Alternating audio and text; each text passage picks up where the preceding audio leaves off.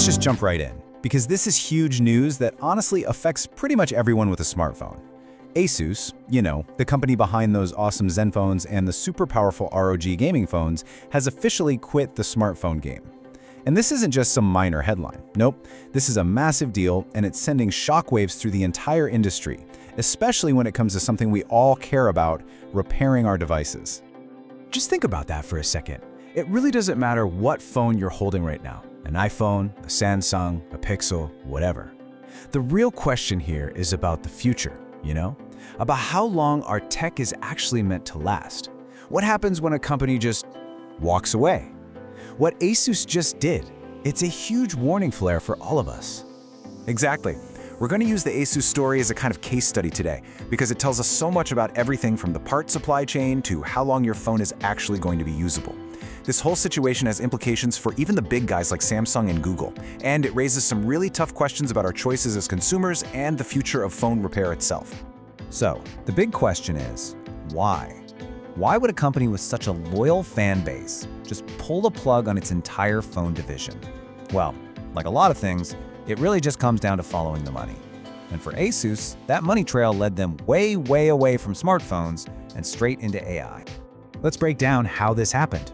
So, in 2025, ASUS only put out 2 phones, and to be blunt, they sold pretty poorly. But here's the wild part. At the end of that very same year, the company as a whole posted this massive revenue of almost 739 billion new Taiwan dollars. That's a 26% jump from the year before. So while the phone business was sinking, the rest of ASUS was absolutely flying. It's really no surprise that by January 2026, the chairman just made it official. They were out. The writing was all over the wall.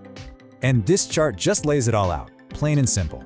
On one side, you've got the phone business. Sales were dropping, competition was insane, and they weren't making much money. But on the other side, their AI server business was just exploding. We're talking booming growth, doubling its targets, and it was super profitable. When you look at it like this, the choice was, well, it was a no-brainer. 100%. That's the number that changed everything. 100% growth in their AI server business in a single year. When you're looking at a number like that, pulling your resources out of a struggling phone division isn't really a failure, is it? It's what the execs call a strategic retreat. Honestly, it was the smartest financial move they could make. Now, if you're actually holding an ASUS phone right now, take a deep breath. Don't panic just yet. The company has gone on record saying they will honor their commitments. That means things like your warranty, maintenance, and those all-important software updates. They're still supposed to happen. All right, so let's zoom out and look at the bigger picture here. Because ASUS isn't just one company. You can think of them as the first domino to fall in a market that's feeling more and more fragile. And if a well-known brand like ASUS can't hack it, it really makes you wonder, who's next? And that's the million-dollar question that everyone in the industry is asking right now. I mean, the smartphone world is just dominated by a couple of giants, right? And everybody else is basically fighting for the leftovers.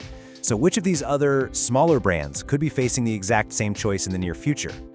You immediately think of brands like Sony or Motorola. They make some fantastic phones, but they really struggle to go toe-to-toe with the massive marketing budgets and production power of Apple and Samsung.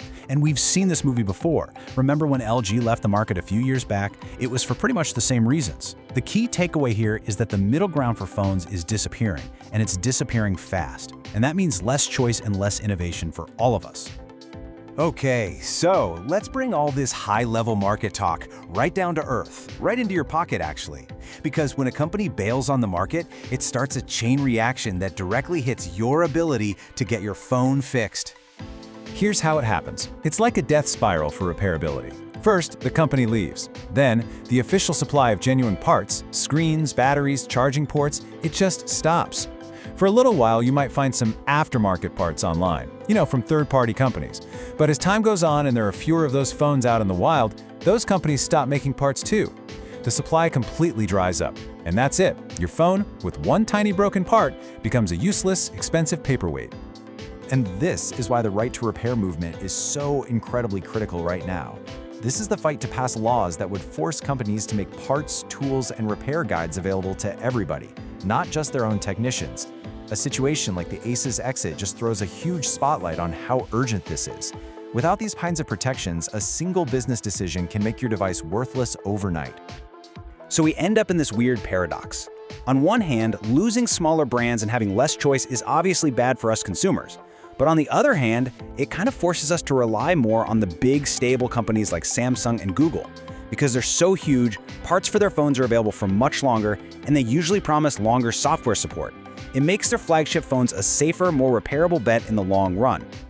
Okay, so we've talked a lot about the problem, but what's the solution? How can you, as a smart consumer, make a better choice the next time you need to buy a phone so you don't get left high and dry? Let's get into some real, practical advice. So before you buy your next phone, I want you to ask yourself 4 simple questions. First, is this brand a stable market leader? Are they actually going to be around in 5 years? Second, and this is a big one, how long are they promising software support? You want to look for companies promising 7 years or more. That's a direct promise of a longer life for your phone. Third, how easy is it to actually get this thing fixed? Do a quick search. Can your local repair shop get parts, or are you locked into the manufacturer? And finally, number 4, do you live somewhere with strong right-to-repair laws? Knowing your rights as a consumer can be a total game changer.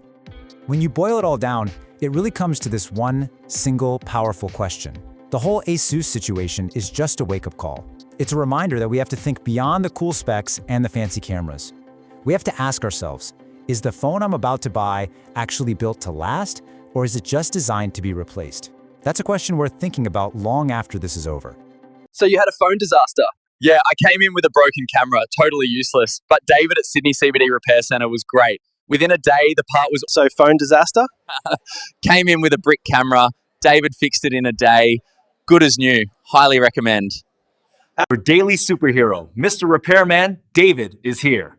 Call 8011-4119 now. My Motorola Edge 50 screen was smashed. David here ordered the part and fixed it next day in 1 hour. Our daily superhero, Mr. Repairman, David, is here. Call 8011-4119 now. Wang, tell us about your recent phone repair.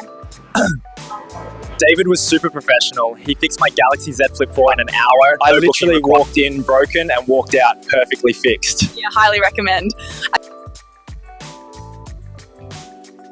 If you have mobile phones issue, you can walk in. We're open Monday to Friday, 10 a.m. 6 p.m. and Saturday, 10 a.m. 2 p.m.